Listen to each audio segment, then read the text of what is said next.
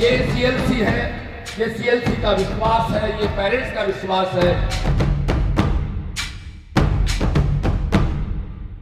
90% से ऊपर के बेटे बेटियां हैं। अभी तो बेटियां चल रही हैं, उसके पीछे हमारे बेटे हैं।